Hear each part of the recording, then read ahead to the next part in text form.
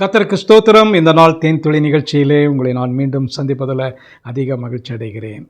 இந்த நாள் கர்த்தர் உண்டு பண்ணின நாள். இந்த நாளிலே மகிழ்ந்து களி கூறுவோம். இந்த நாளில் கூட ஆண்டவராய் இயேசு கிறிஸ்து காட்டினதான மன்னிப்பு, அதை குறித்ததான சில காரியங்களை சிந்தித்து கொண்டு வந்தோம். இந்த நாளில் கூட மத்தேயு எழுதின சுவிசேஷம் 18ஆம் அதிகாரத்தில் 21, 22 வசனங்களில் பார்க்கின்ற வேளையில் ஒரு காரியத்தை பேதுரு இயேசுவினிடத்தில் கேட்கிறார். இந்த சம்பவத்தில் பார்த்தீங்கன்னா பேதுரு அநேக தடவை இயேசுக்கிட்ட கேள்வி கேட்பார், சந்தேகங்களை எல்லாம் கேட்டுக்கொள்வார். அப்படிப்பட்டதான நேரங்களில் அவர் இயேசுநாதரை பார்த்து அவர்கிட்ட கேட்குற, ஐயா, என்னுடைய சகோதரன் எனக்கு விரோதமாக ஏதாவது செய்தால், அந்த வசனம் சொல்லுகிறது, என் சகோதரன் எனக்கு விரோதமாய் குற்றம் செய்து வந்தால் நான் எத்தனை தரம் மன்னிக்க வேண்டும்? 7 தரம் மட்டுமோ என்று கேட்கிறான். அது மன்னிக்கிறதற்கு எத்தனை தடவை மன்னிக்க வேண்டும், அதற்கு ஒரு லிமிட் இருக்கிறதா, ஒரு வரையறை இருக்கிறதா என்று பேதுருக்கு ஒரு சந்தேகம் வந்துவிட்டது. அவனுக்கு அந்த மன்னிக்கிற காரியத்தில் ஒரு இப்படிப்பட்டதான ஒரு சந்தேகம் வந்தது நல்லது தான்.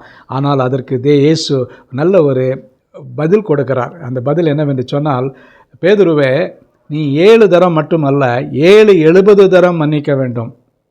70 தரம் சொன்னால் 490 தடவை என்று சொல்கிறது. அது எண்ணிக்கையின் கணக்கு அல்ல. எண்ணிக்கை இல்லாதபடிக்கு அன்லிமிட்டடாக எவ்வளவு வேணுனாலும் மன்னிக்க வேண்டும், எத்தனை தடவை வேணாலும் மன்னிக்க வேண்டும். அதற்கு கணக்கு வரையறை இல்லை என்று தான் சொல்லுகிறார்.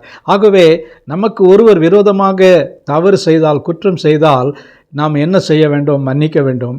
எத்தனை தடவை மன்னிக்க வேண்டும்? மன்னித்து கொண்டே இருக்க வேண்டும். ஏன் தெரியுமா? இயேசு நம்மை மன்னித்தார்.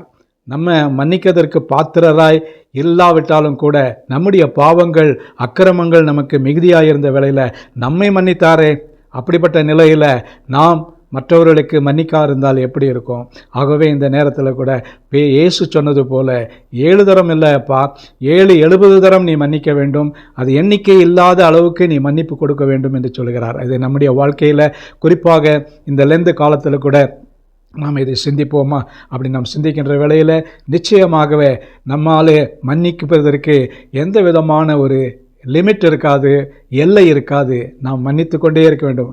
அதை பார்த்துவிட்டு நமக்கு தவறு செய்கிறவர்கள் கூட, குற்றம் செய்கிறவர்கள் கூட அவர்கள் குற்றத்தை விட்டு நீங்கி போய்விடுவார்கள். ஆகவே இந்த நேரத்தில் கர்த்தர் கொடுத்த இந்த வார்த்தைக்காக நன்றி சொல்லுவோம். ஆண்டவரே, எனக்கு இப்படிப்பட்டதான ஒரு மனத்தை தாங்க, சுவாபத்தை தாங்க, நான் எத்தனை தடவை மன்னிப்பதற்கு நான் தயாராக இருக்கிறேன் என்று நம்ம ஆண்டவரிடத்தில் கேட்போமா? நல்ல ஆண்டவரே, நன்றியோட துதிக்கிறேன், ஸ்தோத்தரிக்கிறேன். இந்த வேளையில் கூட இந்த மன்னிப்பை குறித்து நீ ஒரு உதாரணத்தை ஆண்டவரே பேதுருக்கு விலைக்கு காட்டினீங்க. அதற்காக ஸ்தோத்திரம்.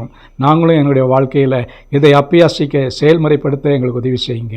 உம்முடைய கிருபையை தாங்க, உம்முடைய பரிசுத்த ஆவியின் ஒத்தாசையை தாங்க. மீட்பர் இயேசுவின் நாமத்தில் ஜெபிக்கிறேன் நல்ல பிதாவே. ஆமேன், ஆமேன். கர்த்தர் உங்களை ஆசீர்வதிப்பாராக. இந்த நாள் ஒரு மன்னிப்பின் நாளாக நமக்கு இருக்கட்டும்.